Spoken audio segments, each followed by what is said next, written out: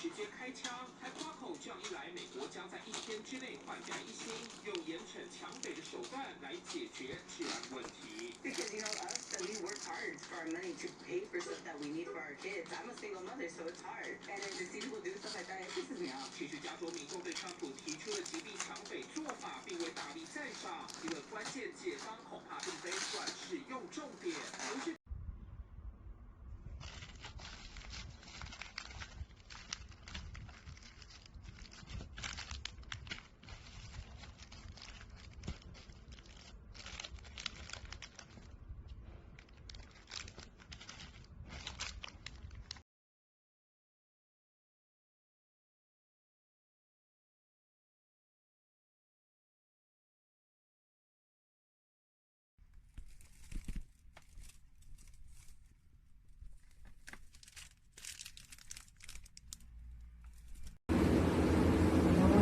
让你那么亲近。